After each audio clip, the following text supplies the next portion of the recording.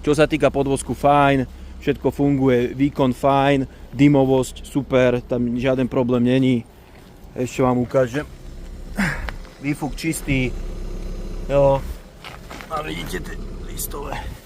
Takže čo sa týka podvozku, veľmi príjemné, výkonovo veľmi príjemné. Jediné čo je, tak tá spojka už má niečo za sebou, už ide tak troška zľahka viac, takže má to nájazd 130 000, je už nutno s tým počítať, že tie spojky už to má niečo za sebou.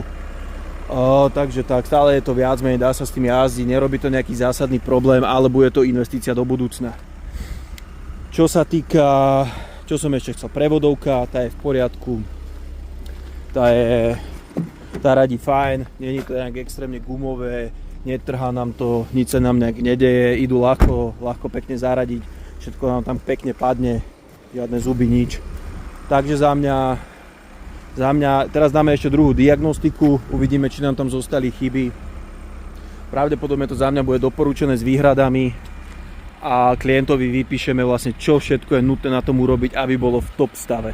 Hej, spomenieme mu tieto problémy,